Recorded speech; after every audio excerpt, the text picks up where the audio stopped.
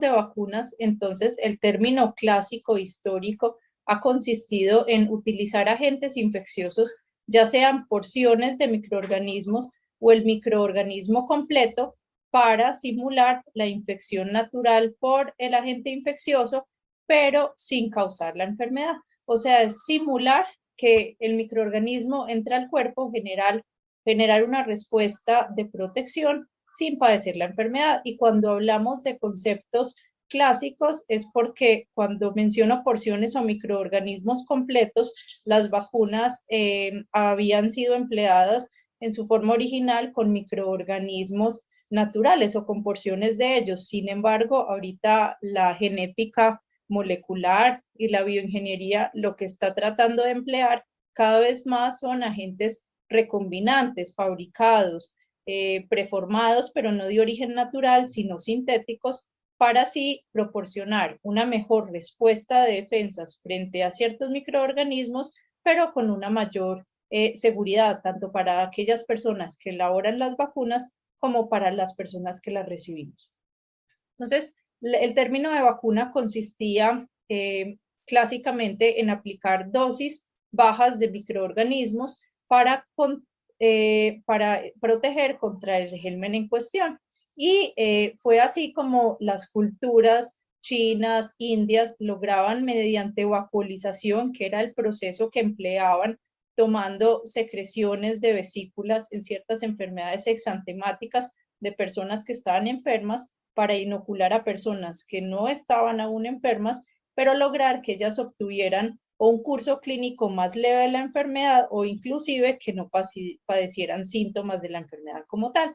Pero fue más adelante cuando Edward Jenner vio cómo las personas que se dedicaban a ordeñar y a manipular las vacas que padecían la viruela nunca tenían enfermedad clínica. O sea, las personas que tenían contacto con las secreciones infecciosas de las vacas que estaban infectadas, ellos nunca se enfermaban. Entonces fue así como él tomó secreción de las lesiones ampollosas, de las vesículas, de las vacas y lo inoculó a humanos. Y eso fue lo que más adelante fue conocido por Louis Pasteur como vaccinia, el primer término de vacunología, que significa vaccinia viene de vaca, porque era la viruela vacuna, como mencionamos. Algunos personajes ilustres en la historia. Acá está Franklin Delano Roosevelt, expresidente de los Estados Unidos. Él padeció a una edad joven, a los 39 años, adquirió parálisis infantil producida por el virus de polio y destinó, por tanto, un gran esfuerzo en recaudo de fondos, en investigación, para hacer avances, en lo que más adelante sería la vacuna viva atenuada contra poliomielitis. Y asimismo, Frida Kahlo también tenía una cojera a corta edad como producto de una infección por virus polio. Acá vemos entonces a mano derecha lo que se conocía como los pulmones de acero. Y los pulmones de acero eran estas alas grandísimas que en la epidemia de polio funcionaban como los primeros ventiladores con presión negativa para evitar la parálisis de los músculos respiratorios de aquellas personas infectadas con polio. Entonces, ¿qué ha logrado la vacunación? Ha logrado la erradicación de ciertas infecciones como la viruela y ha logrado una disminución significativa de manera global de otras enfermedades como polio, como tosferina, como tétanos, como difteria. Otro de los objetivos de la vacunación es lograr cortar la cadena de la transmisión, y eso lo logramos inmunizando un porcentaje muy amplio de nuestra población, para que aquellas personas que todavía de pronto por su corta edad o por alguna situación clínica no hayan o no puedan recibir la vacuna específica contra cierto microorganismo, cuando hay mucho porcentaje de la población protegida mediante inmunización, el virus o la enfermedad no va a estar circulando y ellos no van a padecer la enfermedad. Eso es lo que se conoce como inmunidad de rebaño.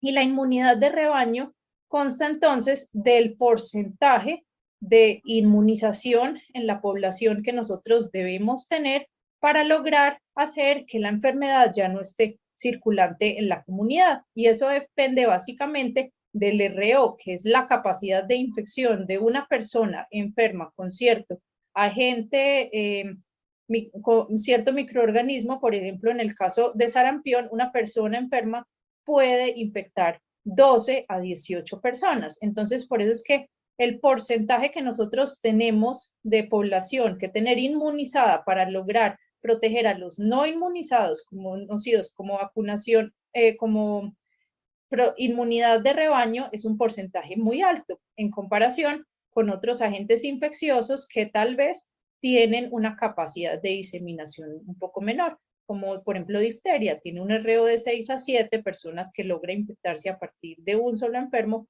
Miren que el porcentaje de vacunación en la población es más bajito. ¿Qué queremos entonces nosotros lograr si pudiéramos pensar en lo que sería la vacuna ideal? Sería una vacuna segura, sin efectos secundarios por lo menos graves o unas secuelas graves en el caso de polio. Entonces la vacuna que es mediante virus vivo atenuada, la que sea por vía oral, tiene un riesgo muy bajo, 1 en 1.400.000 personas, de ocasionar polio posvacunal. Sin embargo, las secuelas pueden ser graves. Entonces, este riesgo, lo que nosotros queremos es que sea inexistente, tal magnitud de potenciales secuelas. Queremos que la inmunidad que se da sea efectiva y a largo plazo, duradero, tanto una inmunidad celular como una inmunidad humoral. Y que esta respuesta inmunológica, esta protección, que es una inmunidad adaptativa específica para el microorganismo ante el cual nosotros nos estamos protegiendo mediante la vacuna, también queremos que comparta o sea beneficiosa en cuanto a que tenga una estimulación de la inmunidad innata, que es otra porción de las defensas que nosotros ahorita vamos a explorar más adelante. Siempre que pensamos en inmunidad adaptativa, en cuanto a vacunas, pensamos en la inmunidad humoral, que consiste en la producción de anticuerpos. Entonces es lograr la interacción de los linfocitos B, ojalá con linfocitos T, ya vamos a ver más adelante por qué, que se unan al antígeno y esto genere una producción de anticuerpos específicos que facilite la fagocitosis por los microorganismos cuando ingresen a nuestro cuerpo, una mejor señalización, o sea, oxonización, y una activación de moléculas diferentes de la inmunidad innata, de la inmunidad adaptativa, sino que hagan parte de la inmunidad innata, como una activación adecuada del complemento, una activación de macrófagos, por así decirlo, y una estimulación con reacción de citoquinas. Cuando nosotros hablamos del componente de inmunidad celular, que también es importante, es lograr la lisis directa, por ejemplo, de agentes virales o células tumorales mediante linfocitos T, CD8 positivos, citotóxicos, capaces de lisar las células infectadas o enfermas, porque esto también es un componente blanco para el desarrollo de vacunas orientadas a prevenir ciertos tipos de cánceres. Queremos que haya un cambio de isotipo, o sea, la inmunidad que sea mediada por inmunoglobulina G, la cual otorga unas defensas prolongadas en el tiempo, a diferencia de IgM, que tiene una poca duración, 3, 4 meses, dependiendo del microorganismo, puede durar la inmunidad adquirida si no hace un cambio de inmunoglobulina M o inmunoglobulina G, inmunoglobulina M a inmunoglobulina E. Listo. Y esto solamente lo logramos con una interacción entre linfocitos B y linfocitos T. También queremos que las vacunas, cuando las necesitemos, en caso de pandemias como la que acabamos de la que estamos superando, entonces sean de una capacidad de producción rápida, que podamos responder ante retos globales. Entonces, que no requieran cultivos celulares, que tengan unas formas de fabricación que sean seguras tanto para aquellos que la están fabricando y que rápidamente estén disponibles unas grandes cantidades de vacunas. Cuando pensamos entonces cómo vamos a clasificar las vacunas y cuáles serían los tipos de vacunas, entonces nosotros queremos primero saber para qué las necesitamos. De acuerdo a su uso, entonces puede haber unas vacunas profilácticas, cuando nosotros todavía no nos hemos enfermado de la enfermedad. Por ejemplo, de tétanos, entonces queremos estar inmunizados para cuando tengamos la exposición a este microorganismo, pues no vamos a padecer la enfermedad. También hay un uso terapéutico de vacunas que consta cuando la enfermedad ya ha sido instaurada, por ejemplo, cuando ya hemos tenido contacto con papiloma virus humano, pero no alcanzamos la vacunación, aún con vacunación se logra que las lesiones y las neoplasias no sean con una progresión tan rápida como si el paciente, a pesar de haber estado ya enfermo o infectado con el virus, nunca hubiera recibido la vacuna. Y también entre las vacunas terapéuticas está el blanco de las enfermedades oncológicas. Para el cáncer de próstata ya existe una vacuna hecha a la medida que consta de, mediante flebotomía, extraer monocitos del paciente, unirlos a antígeno de próstata recombinante y a factor estimulador de colonias de granulocitos y nuevamente inyectárselos en el paciente y esto generaría una respuesta inmunológica efectiva, abundante, con el control de células cancerígenas. Ya ha tenido estudios y está probado para pacientes con cáncer de próstata metastásico.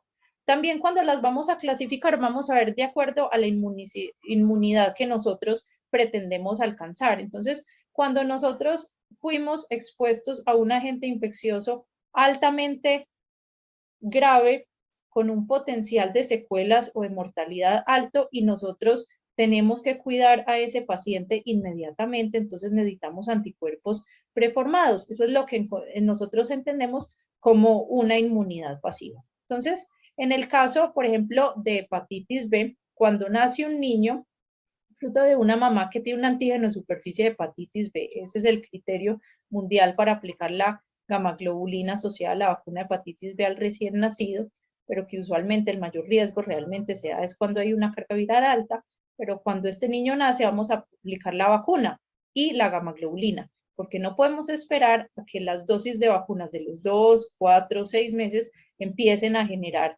anticuerpos frente a una enfermedad que si no la contenemos y no la tratamos y no la prevenimos, puede llegar a tener un 70% de riesgos que el niño más adelante tenga un hepatocarcinoma o una enfermedad hepática crónica.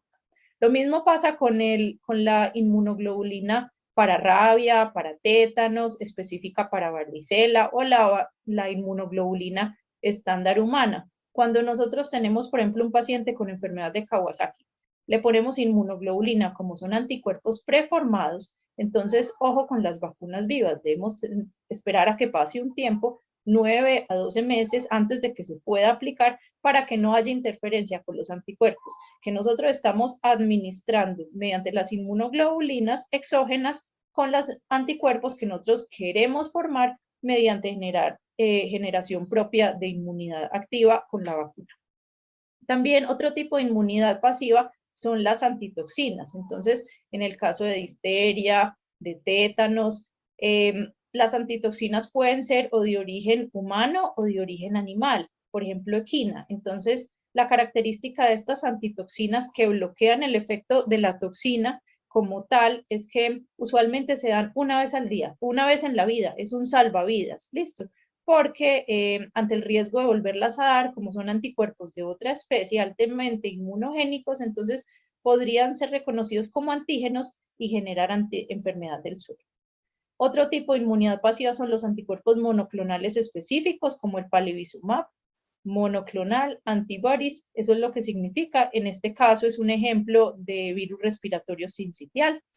Las características de la inmunidad pasiva es que es una inmunidad rápida, o sea, inmediatamente ya los anticuerpos están listos después de la infusión al paciente, pero tiene una corta duración de protección, unos 3, 4 meses, mientras usualmente o sale del riesgo de la situación ante la cual estaba el paciente o ya ha empezado a actuar la vacuna. Otro tipo de inmunidad pasiva es la estrategia capullo, que ya vamos a hablar de ella, y característicamente, ojo con las vacunas vivas. Entonces, lo que mencionábamos ahorita, por ejemplo, de Kawasaki, o por ejemplo, para varicela. Varicela es una vacuna viva y la inmunoglobulina son anticuerpos preformados. Entonces, nunca podríamos darlas juntas. Escogemos de acuerdo a nuestro paciente, si es inmunosuprimido, si le vamos a dar la inmunoglobulina, o si no, si lo vamos a vacunar, por ejemplo, contra varicela y nunca las dos juntas. Eso sí lo podríamos hacer con hepatitis B, dado que la vacuna de hepatitis B no es viva, sino que es fraccionada recombinante y no tendría interferencia con los anticuerpos preformados de la inmunoglobulina. También entonces podríamos nosotros pensar, de acuerdo a la composición de la vacuna, cómo la clasificamos. ¿Es monovalente? O sea, actúa sobre un solo serogrupo o serotipo. Por ejemplo, Bexero, la vacuna para meningococo del serogrupo B. ¿O es polivalente? Por ejemplo, antigripal trivalente. Tiene los dos tipos más graves de influenza A y adicionalmente tiene influenza B. O polio 1, 2, 3, vacunas contra neumococos de 10 serotipos, de 7 serotipos, de 23 serotipos, meningococo A, C, Y, W, por ejemplo, combinadas si se tienen dos o más antígenos de microorganismos distintos. Entonces, por ejemplo, las vacunas que en un solo chuzón estamos dando protección contra hepatitis B, difteria, pertussis, tétanos, hemófilus influenza, ya sería la tetra, penta o hexavalentes. Aquellas que se originan de un mismo germen o de un germen diferente. Por ejemplo, la vacuna de protección para las formas graves de tuberculosis se origina administrando Mycobacterium bovis, entonces es de un germen diferente. Y lo mismo que pasó con la viruela vacuna para proteger la viruela humana. También las podemos clasificar si las formas primarias de la vacuna tienen la misma constitución que las formas de inmunización posteriores o los tipos de refuerzos. Un ejemplo de inmunidad pasiva de origen natural son los anticuerpos que nos pasan a nosotros de nuestra mamá. Cuando un recién nacido nace y es a término, entonces va a tener las mismas concentraciones de inmunoglobulina G que tiene su mamá. Se pasan a través de la placenta. La IgG es la única que atraviesa la placenta. Si es un recién nacido pretérmino, no va a alcanzar a tener las mismas concentraciones, porque al tratarse de inmunoglobulinas, proteínas, estas se pasan en el último trimestre de embarazo.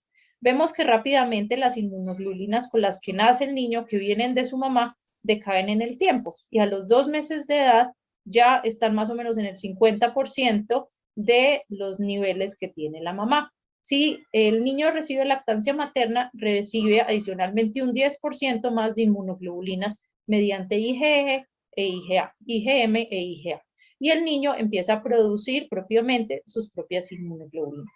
Es por eso que antes de que el niño logre producir sus inmunoglobulinas propias o logre por edad lograr una vacunación adecuada contra ciertos microorganismos, depende y está protegido por los anticuerpos maternos. Entonces vemos como si la mamá es vacunada adecuadamente para influenza, para tosferina, para tétanos, para difteria, para COVID y para sarampión, entonces se puede reducir la mortalidad neonatal. Lo logramos en 90% de reducción con tétanos, influenza 30-60%, bordetella pertussis un 90% de protección en los primeros 2-3 meses, sabiendo que apenas a los 2 meses es que está recibiendo la primera vacuna de un esquema de múltiples dosis contra bordetella pertussis.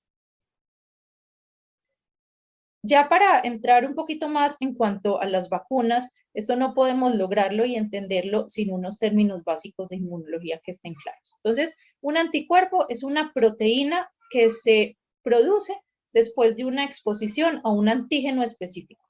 Y la proteína es capaz de unirse a él para bloquearlo, para impedir que penetre las células, para estimular vías de señalización, inflamación. Un antígeno es una sustancia que tiene contacto con receptores de linfocitos T y linfocitos B. Cuando hablamos de linfocitos T o linfocitos B, estamos hablando en vacunas la capacidad de generar una respuesta inmunológica adaptativa. Y cuando hablamos de antígeno T dependiente, es cuando los linfocitos B necesitan ayuda de los linfocitos T para generar una respuesta inmunológica duradera y efectiva. Entonces, vamos a ver este ejemplo. Un antígeno T dependiente es cuando, por ejemplo, mediante la infección natural o la vacuna, insertamos el antígeno al cuerpo del paciente, es captado y fagocitado por las células dendríticas, monocitos, macrófagos, Y esta célula dendrítica se convierte en una célula presentadora de antígeno especializada, profesional, que viaja a los ganglios linfáticos regionales. Y allá va a tener contacto con linfocitos T, en este caso linfocitos T helper, que son naïf, no han sido experimentados, y mediante el complejo mayor de histocompatibilidad tipo 2 de las células presentadoras de antígenos, le presenta el antígeno a los linfocitos T helper. Los linfocitos T helper tienen en su membrana una proteína que es CD40 ligando, que interactúa con la proteína, con la molécula CD40 linfocito B, y da origen a células plasmáticas y anticuerpos. Visto eso con mayor aumento, entonces es la interacción del linfocito T con su proteína CD40 ligando con el linfocito B CD40 que se va a lograr cambiar de una inmunoglobulina M, que es una protección de corta duración, 3, 4 meses, o depende del microorganismo, y hacer un cambio de isotipo hacia inmunoglobulina. ¿Y qué es una proteína transportadora? Una proteína transportadora es un adyuvante, un estimulador de la inflamación. Es una molécula que funciona también como un vehículo, como un transportador del antígeno para que sea efectivamente llevada a las células presentadoras de antígenos y genere una respuesta inmunológica adecuada. Entonces, su papel es potenciar la respuesta inmune.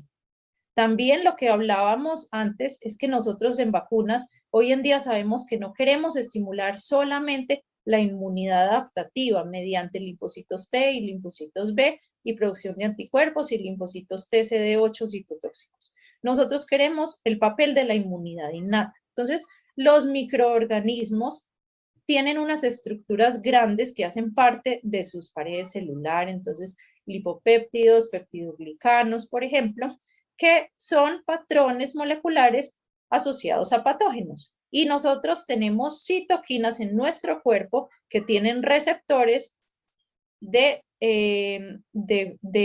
estas PAMs. Entonces, al haber esta interacción entre citoquinas que reconocen las PAMs, se va a generar una inflamación, una potencialización de la inflamación, unas cascadas inflamatorias que terminan finalmente en activación del complemento, activación macrofágica y citoquinas inflamatorias con lisis de los microorganismos implicados. Entonces, ¿para qué sirven unos adyuvantes? Entonces, su objetivo es lograr unas mezclas físico-químicas perfectas en las vacunas para que haya un mejor reconocimiento inmunológico. En este caso, de la vacuna de hepatitis B, que hoy en día es una vacuna recombinante. Antes de esta vacuna, la vacuna de hepatitis B salía de sueros de pacientes infectados con hepatitis B, de ahí se tomaba el antígeno de superficie, pero esto conllevaba unos riesgos de estar expuestos a sueros y a hemoderivados, entonces con riesgos de infecciones adicionales.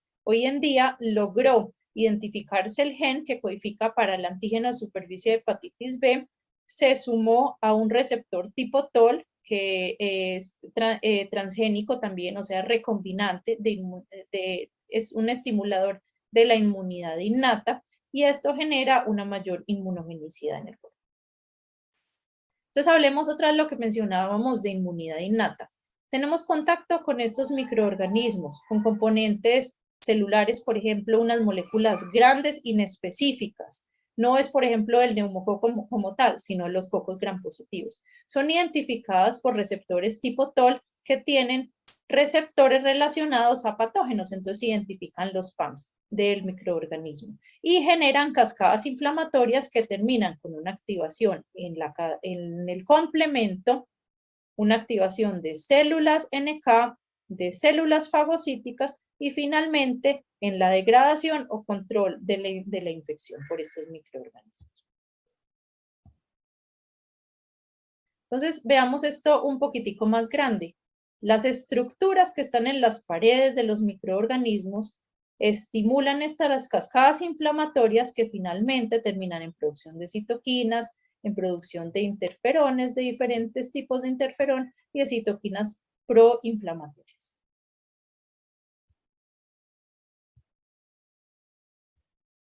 Cuando hablamos entonces también de la inmunidad adaptativa, que es la que clásicamente se ha tratado de invertir siempre que se están elaborando vacunas en generar una respuesta adaptativa, estamos hablando de un componente humoral, que es la producción de anticuerpos específicas para el germen en cuestión ante el cual nos estamos vacunando, y un componente celular, que son los linfocitos T citotóxicos. Entonces, nuevamente, tenemos contacto con el agente causal o con la vacuna, que en este caso sería la proteína o el lipopolisacárido, el ligosacárido, por ejemplo, en caso de ser proteínas derivadas de azúcares, ojalá estas acompañadas a una molécula transportadora, son fagocitadas por las células dendríticas. Las células dendríticas se vuelven expertas, se vuelven maduras, células presentadoras de antígenos expertas, viajan hasta los ganglios regionales, tienen contacto con los linfocitos T naïf y los linfocitos T no experimentados pueden tomar dos vías. Una, expresar CD8 positivo y encargarse de la citotoxicidad, matando directamente, lisando las células que estén infectadas en el caso de virus o en el caso de tumores, o pueden tener una interacción con los linfocitos B. Y los linfocitos B terminarían generando células plasmáticas y anticuerpos. Nuevamente, entonces, este es un concepto para que miremos de nuevo. Patrones asociados a patógenos son identificados por los receptores de patógenos, maduran las células dendríticas que tienen ya el antígeno encapsulado mediante la molécula de histocompatibilidad tipo 2, se presentan las células de los linfocitos T, ellas toman diferentes rumbos de maduración y cada rumbo de maduración expresa unas diferentes citoquinas inflamatorias. Por otro lado, los linfocitos T tienen interacción mediante la molécula CD40 ligando y CD40 del linfocito B para generar células de memoria y células plasmáticas. Y finalmente, los linfocitos T, cuando la célula presentadora de antígeno, mediante el complejo mayor de histocompatibilidad tipo 1, le presentan los antígenos a los linfocitos B, ellos directamente pueden hacer una liberación de gránulos citotóxicos y una muerte celular programada de las células que están infectadas. Ya en cuanto a los tipos de vacunas en su composición como tal, dependiendo del capítulo, del artículo que leamos, puede haber una agrupación un poquito diferente, pero realmente esta fue la que a mí más práctica me pareció y la que más me ha gustado. Las vacunas vivas atenuadas, las vacunas inactivas, y después realmente todas estas se pueden agrupar en vacunas por subunidades. Subunidades son aquellas que no tienen el microorganismo completo, sino porciones de él. Se pueden agrupar también entonces en vacunas por vectores que pueden ser vivas, atenuadas, replicativas o no replicativas, el vector como tal, recombinantes o naturales, vacunas por ácidos nucleicos y vacunas de proteínas similares a virus. Cuando empezamos entonces por las vacunas vivas atenuadas, entonces fueron aquellas primeras en sintetizarse, en elaborarse y en descubrirse. Entonces constan de pasar los microorganismos por múltiples cultivos celulares, diferentes pasajes, múltiples pasajes, y de esta forma disminuirle la capacidad patogénica del microorganismo. Sin embargo, su característica es que son replicativas. Cuando se ponen al paciente, generan una replicación, ya sea dentro del intestino o de las membranas, por ejemplo, membrana nasal, en el caso de la vacuna viva atenuada de aplicación intranasal para influenza. La característica de ellas es que simulan la infección de la mejor manera entre todas las vacunas, sin los riesgos de la enfermedad natural. Eso es lo que nosotros queremos. Pero ojo, como tienen replicación dentro de la persona después de aplicadas, entonces pacientes inmunosuprimidos podrían tener la enfermedad. Entonces, ojo, o el virus podría revertirse, por ejemplo, en el caso de polio, si bien es muy poco frecuente, 1 en 1.400.000, podría disminuir, revertirse su cambio genético y volver a las cepas naturales que serían patógenas y podrían ocasionar una polio vacunal. Cosas buenas de estas vacunas: la memoria inmune es idéntica a la infección natural. Es la forma más robusta de respuesta inmunogénica. Entonces, por eso es que muchas de ellas requieren pocas dosis o inclusive como la fiebre amarilla, una sola dosis en la vida. Nunca requieren adyuvante y como forma de investigación están las diferentes formas de administración, ya sean orales, intranasales o con parches mediante nanoagujas, que vamos a hablar más adelante. Importante, pueden tener entonces dificultades para la elaboración y ser de riesgo tanto para las personas que trabajan en la constitución de las vacunas en los laboratorios como para quienes la reciben, requieren una cadena de frío y son frágiles y de mucho cuidado, dispendiosas en la elaboración. Pueden asociarse a infecciones graves, como en el caso de polio que mencionábamos. Ojo con los anticuerpos circulantes. Entonces, por ejemplo, la vacuna de sarampión. Como todavía tenemos anticuerpos de la mamá cuando nacemos, hasta los 6 meses, 8 meses, entonces en caso que haya un brote de sarampión en la población y digamos, esto está tan grave que tenemos que vacunar, esa dosis, si se la ponemos a los niños menores de 1 año, no va a contar como el esquema usual por la posibilidad que haya anticuerpos maternos circulando y después del año le tocará a este niño recibir las dosis del esquema común y corriente sin contar esta. O las ponemos juntas o esperamos un intervalo de 4 semanas. Entonces, si por ejemplo llegamos papera, sarampión y rubéola y fiebre amarilla, ay Dios mío, pero no hay fiebre amarilla, no se puede decir venga en 2 días, venga mínimo en 4 semanas para que no haya una respuesta inmunológica de anticuerpos que puedan competir unas contra otras. Ejemplos de este tipo de vacunas: polioral, papera, sarampión y rubéola, varicela, fiebre amarilla, rotavirus, la vacuna de influenza viva atenuada y BC. Cuando hablamos entonces de las vacunas inactivadas o muertas, muertas usualmente se refiere a bacterias, inactivadas a virus, es el microorganismo que conserva en su superficie todos los epítopes, todas las porciones antigénicas importantes, pero que no tiene replicación, que está muerto mediante fenómenos de calor, de irradiación o de aplicación de químicos como formalina. Desafortunadamente, si los comparamos con las vacunas vivas que acabamos de mencionar, la inmunogenicidad es menor. Frecuentemente requieren múltiples dosis, refuerzos, adyuvantes, por ejemplo, para las vacunas que estén hechos de azúcares, como el neumococo 23, para que haya una mejor captación por las células dendríticas y del sistema innato y una mejor respuesta inmunitaria a largo plazo con células de memoria. Como ejemplos de esto, influenza tiene prácticamente vacunas en todas las plataformas. También hay vacunas de influenza completas inactivadas, de hepatitis A o de polio intramuscular. Entonces, acá están algunos ejemplos. Podemos verlas completas inactivadas, por ejemplo, para Bordetella pertussis, pero también se pueden dividir como fraccionadas. Entonces, la forma acelular de Bordetella pertussis, o cuando usamos solamente el toxoide, que es la toxina inactivada no patógena de enfermedades como difteria o como tétanos. Cuando usamos solamente los polisacáridos que están en la superficie de neumococo 23, por ejemplo, o la vacuna para Salmonella Typhi. Defectos. La respuesta humoral no es tan buena como las vacunas vivas y pueden decaer en el tiempo.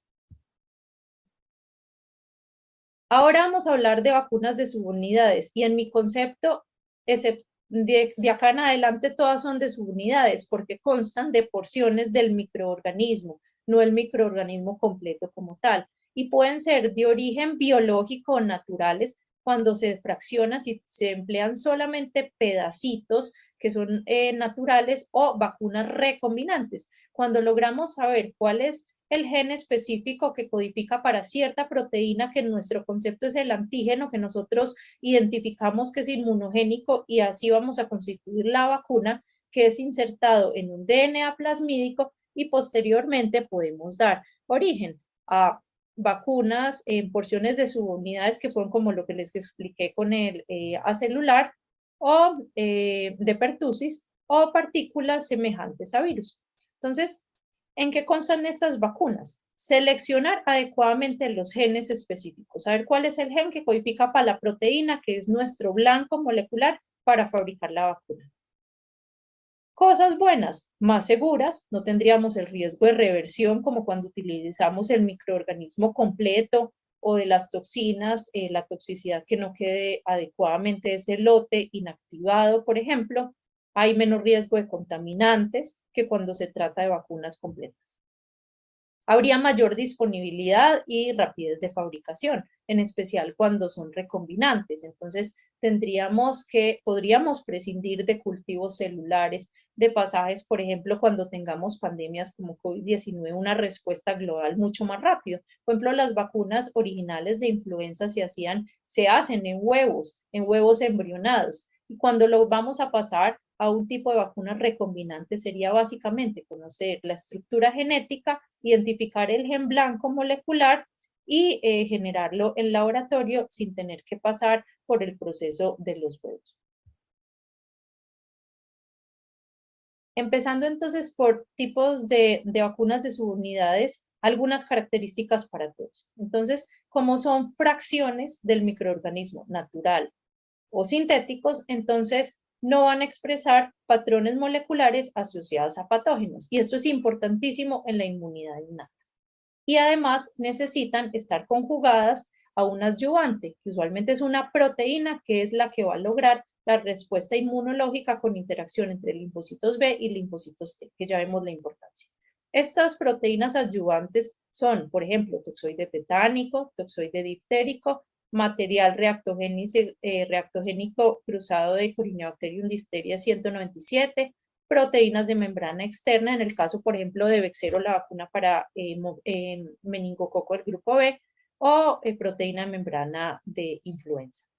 Cuando usamos vacunas de polisacáridos, que es un tipo de subunidades, la respuesta es independiente, pero ya sabemos que este problemita lo solucionamos poniéndole un adyuvante, una proteína transportadora que genere una reactivación mayor inmunológica, una mejor captación, simulan los patrones asociados a patógenos. Lograrían entonces una mayor seguridad de este tipo de vacunas de subunidades, pero la inmunogenicidad es menor si las comparamos de nuevo con virus, con vacunas vivas específicamente. Requerían múltiples dosis y ejemplos de ellas cuando están conjugadas con vacunas transportadoras para generar mayor inmunogenicidad y respuesta a linfocitos T con linfocitos B, tenemos, por ejemplo, Prevenar 13, meningococo conjugadas y Hemófilus influenza B. Ya cuando vamos a empezar a hablar una por una, vamos a tener entonces las vacunas mediadas por vectores. Podemos emplear vectores que van a ser un microorganismo, ya sea virus, bacteria u hongo, que sean vivos o que sean muertos o que sean naturales o que sean sintéticos. Podemos emplearlos también los virus de otra especie, en el caso, por ejemplo, de adenovirus originario de chimpancé, como es el caso de la vacuna AstraZeneca. Entonces, ¿en qué consisten estas vacunas? Es tomar un transgen, que es el gen que nosotros queremos que funcione como antígeno al expresar cierta proteína de la vacuna que queremos emplear contra nuestro microorganismo blanco como tal e insertarlo en el material genético del vector, por ejemplo, en adenovirus, en BCG, en poxvirus o en baculovirus, que es otro virus que también es un prototipo de vacunas por vectores que no tiene replicación en células humanas. Y aplicar el vector con el gen del otro microorganismo ante el cual nosotros queremos lograr la inmunogenicidad de la vacuna al huésped.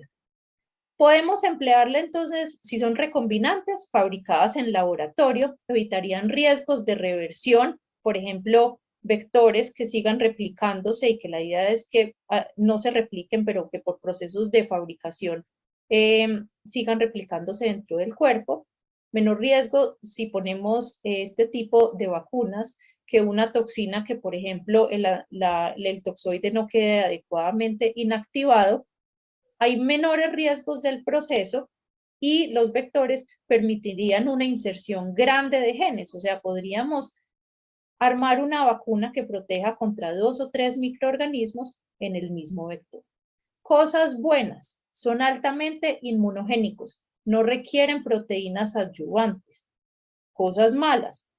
Cuando empleamos vectores naturales replicativos, por ejemplo, adenovirus, está la posibilidad que nuestro cuerpo ya haya tenido contacto contra el vector, entonces que se generen anticuerpos, no solamente como esperamos, sobre el antígeno deseado de cierto microorganismo, sino contra el vector que hospeda ese antígeno.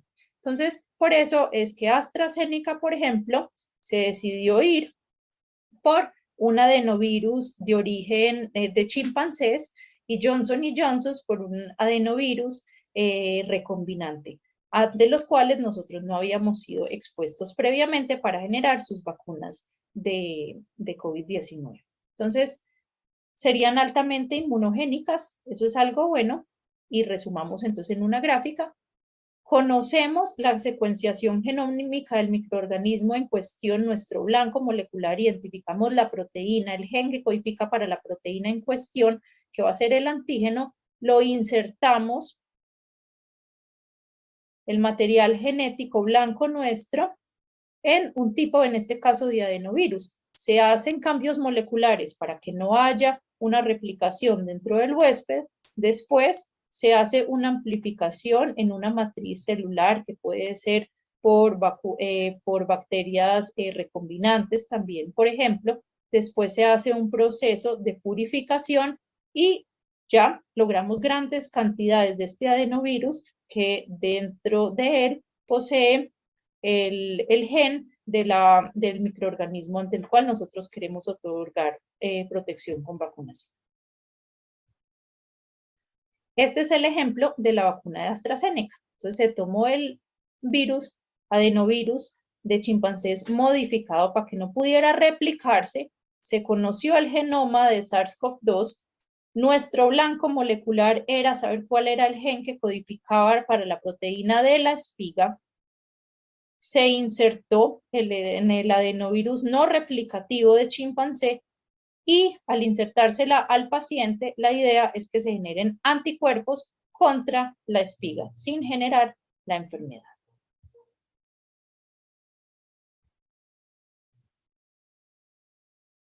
Una de las cosas buenas de vectores que yo les decía es que permite una inserción de material genética bastante amplia. Entonces, inclusive varias protecciones de diferentes microorganismos podrían lograrse en un mismo vector.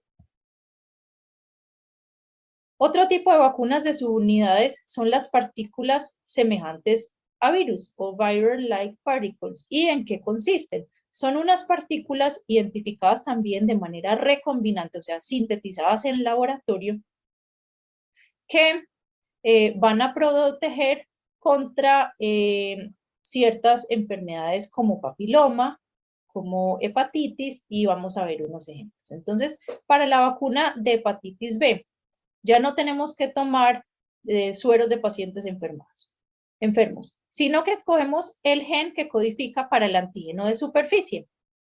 Tenemos un DNA plasmídico que está siendo sintetizado y amplificado en bacterias, se le inserta la porción que nosotros queremos del gen que codifica para el antígeno de superficie de hepatitis B, se pone en un medio celular, en este momento sería realmente en Saccharomyces cerevisiae, que es una levadura de origen recombinante en este caso, hay un proceso de fermentación donde hay una amplificación y finalmente se purifica, se saca el antígeno de superficie recombinante y eso es lo que queda para administrar en la vacuna.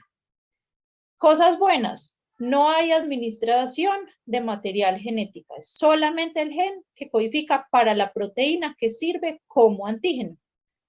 Tiene un excelente reconocimiento por células dendríticas, tanto por el complejo mayor de histocompatibilidad que se lo presentan los linfocitos T citotóxicos, o sea, son magníficas para infecciones virales, como el complejo mayor de histocompatibilidad tipo 2, que serviría para infecciones por otro tipo de microorganismos, y también es el blanco molecular de estudio para enfermedades no infecciosas, como es diferentes tipos de cánceres.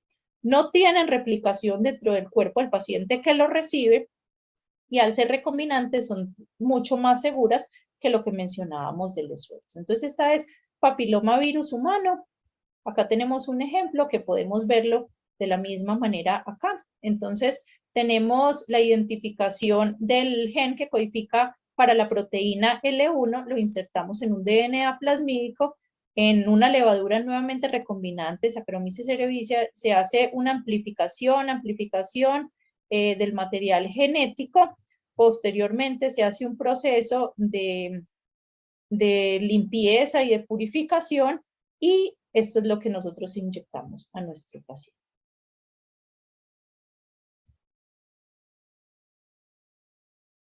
Beneficios de este tipo de vacunas: altamente inmunogénicas, sin riesgos de inserción de material genética, no requieren vacunas, proteínas transportadoras, similares a las dos vacunas que mencionamos, de hepatitis, de papilomavirus. Las dos vacunas de papilomavirus utilizan esta estrategia, culebrilla. Vacuna del dengue, Dengvaxia, se ha tratado, fue realizada al insertarla como vector fiebre amarilla. Otro término de composición de vacunas, de formas de elaborar vacunas, es mediante la vacunología inversa. Entonces, ¿qué hacemos? Partimos de conocer el genoma de cierto microorganismo. Posteriormente se hace un análisis computacional de todos los genes que codifican para las proteínas que conocemos, y vamos a identificar cuáles son los potenciales genes candidatos a vacunas. Estos potenciales genes se extraen, se purifican y se hacen estudios clínicos. Finalmente, cuando vemos que hay una adecuada representación y en estudios favorables, se harían en estudios humanos. Entonces, ¿qué logramos? Logramos entonces que mediante esta técnica no vamos a usar cultivos celulares que son dispendiosos, que son costosos, que pueden tener mayor riesgo de seguridad tanto para el personal del laboratorio como el paciente en caso de vacunas vivas, como la identificación hecha a mano, pues, específicamente del antígeno que nosotros queremos. Por eso es que es importante, en este caso lo fundamental es conocer los genes candidatos a vacuna. Y influenza, como les decía, tiene plataformas de todo tipo. Está la forma recombinante y está la vacuna de Neisseria meningitidis serogrupo B. Las vacunas de Neisseria meningitidis, de los 12 serogrupos que se diferencian según las características de su cápsula, las más graves que son C, A, C, Y, W, X y B, algunas ya habían sido posibles hacer inicialmente vacunas de polisacáridos, más recientemente se han conjugado a vacunas, a proteínas transportadoras para generar una mayor inmunogenicidad. Pero ¿qué pasaba con meningococo B? Se veía que sus componentes de la cápsula eran poco inmunogénicos, y era porque compartían estructuras similares a células neurales, entonces humanas. Entonces no se reconocían como extrañas, y a la vez no querríamos entonces ahondar en estudiar estas moléculas como un blanco molecular para generar vacunas. Entonces los investigadores probaron otra estrategia distinta. Se dieron cuenta que en brotes, en infecciones o en cultivos de meningococo B se generaban unas proteínas de membrana externa. Y esas proteínas de membrana externa fueron la base para hacer las primeras vacunas de meningococo B. Pero en ellas, por ejemplo en la vacuna noruega, se vio que no había una inmunogenicidad adecuada, o sea, funcionaba en el brote tal vez, pero con diferentes cepas de meningococo B no había una buena reacción cruzada de protección frente a otras. Entonces, mediante esta tecnología de conocer el genoma, de saber cuáles eran las proteínas de membrana externa de meningococo B, se lograron sintetizar de una manera recombinante, sintética. Y no se puso una sola, se pusieron 5 en la vacuna, asociadas a un adyuvante que fueron sales de aluminio, y esto logró una inmunogenicidad adecuada en diferentes cepas de meningococo tipo B. Las vacunas de ácidos nucleicos entonces se vienen en DNA y en RNA. Primero fueron sintetizadas las de DNA, y constaban de un DNA plasmídico que se insertaba y se amplificaba en una E. coli recombinante, que servía como la estructura, la columna vertebral de la vacuna.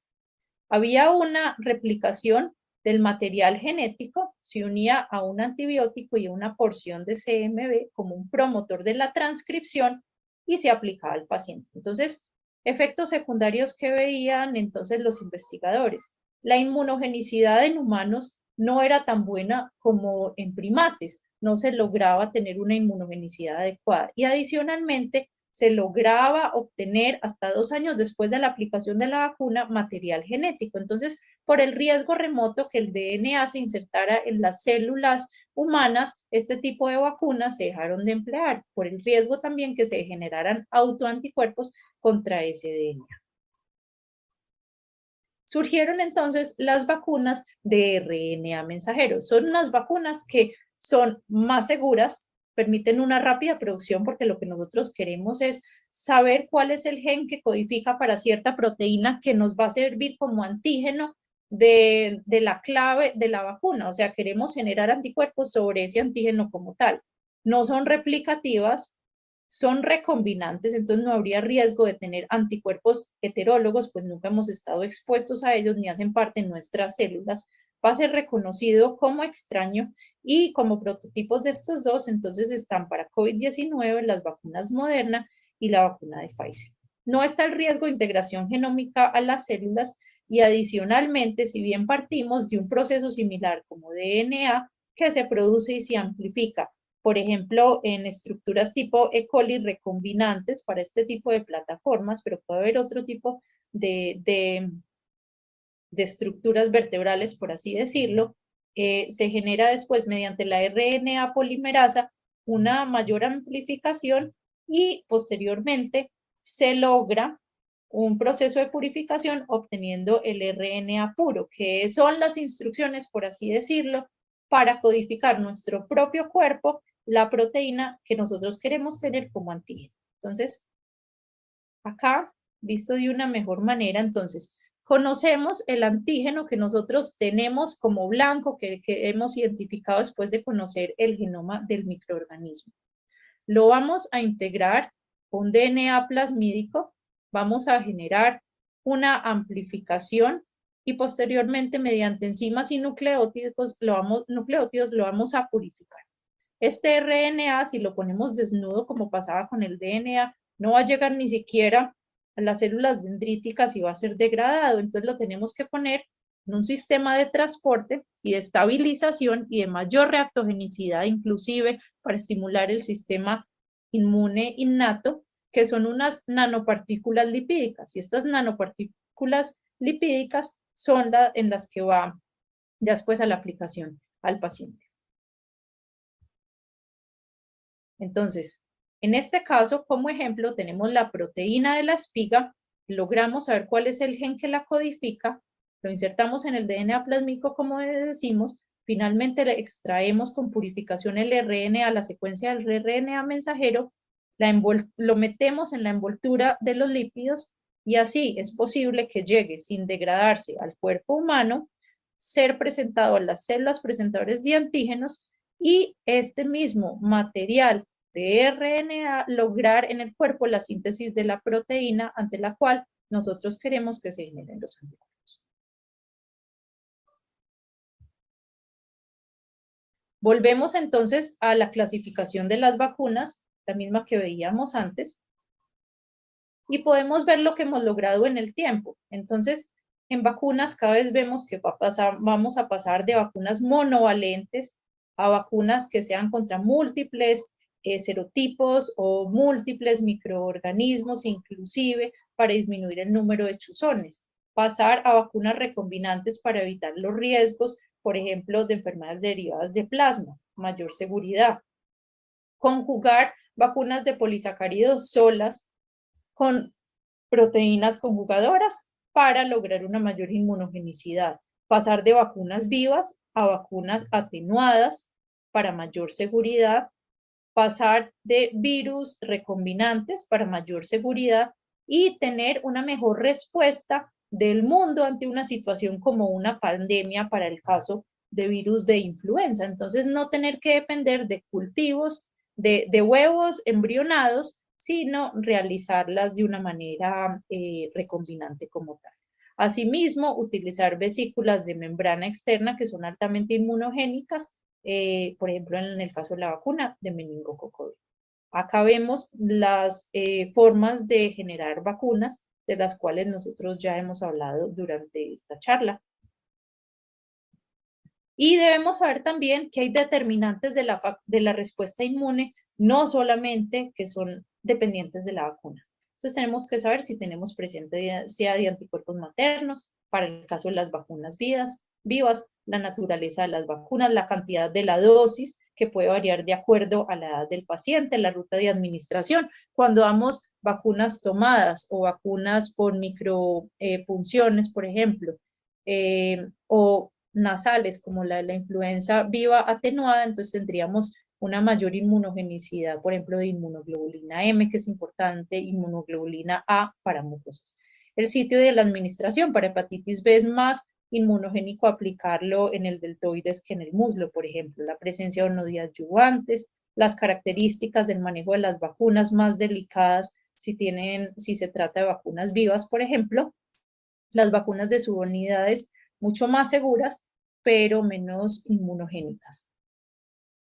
Nuevos focos de investigación, entonces, sistemas de transporte de la vacuna hasta las células dendríticas, nanopartículas, como mencionábamos, para las vacunas de RNA mensajeros, lipogeles que eviten la degradación inmediata o que tengan un mayor tamaño, por ejemplo, estructuras saponificantes, sales de aluminio, que permitan una respuesta de la inmunidad innata al semejar los patrones asociados a patógenos, ¿cierto?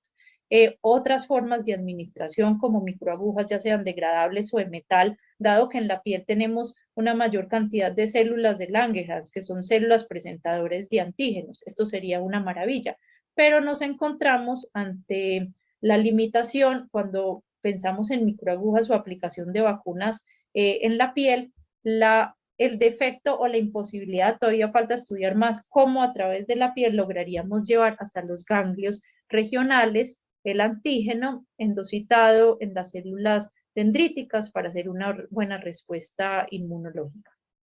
Son seguras, no dolorosas, un personal menos entrenado cuando estamos hablando de parches de vacunas y menor costo y menor cantidad de vacunas serían necesarios. Entonces, miren los parches de vacunas. Entonces, eso es una aguja 25 y estos son las microagujitas. Se ven como una bandita, ni siquiera duele, no son chuzones, no generan residuos punzantes o que sea necesario incinerar, no hay la opción de accidentes biológicos, por así decirlo, no desperdiciaríamos vacunas cuando se trata de vacunas multiviales, no necesitarían cadena de frío, podrían ser administrados en sitios remotos del planeta, serían estables hasta por 6 meses. El defecto es que todavía hay que ver cómo se hace un transporte adecuado a los ganglios linfáticos después de ser atrapadas por las células dendríticas. Retos: lograr una inmunidad frente a microorganismos intracelulares o que generen una enfermedad crónica, por ejemplo, tuberculosis, influenza, que tengan una alta variabilidad año tras año, infección por VIH, malaria, vacunas terapéuticas. Las vacunas de PVH se ha visto que pueden disminuir la progresión inclusive respecto a pacientes que no se vacunaran, así ya haya la infección por papilomavirus instaurada. Lograr vacunas para hepatitis C es un reto, así como de HIV, diferentes formas de administración. Lograr vacunas para enfermedades autoinmunes o enfermedades cancerígenas. Por ejemplo, leucemia mieloide aguda ya tiene vacunas en estudio, casos de melanoma, y hacer vacunas a la medida con un costo razonable y disponibles, como es el caso de la vacuna de Cipoleucel T, que fue la que yo les mencioné, para cáncer de próstata metastásico. Muchas gracias por su atención, espero haya sido claro y les haya gustado.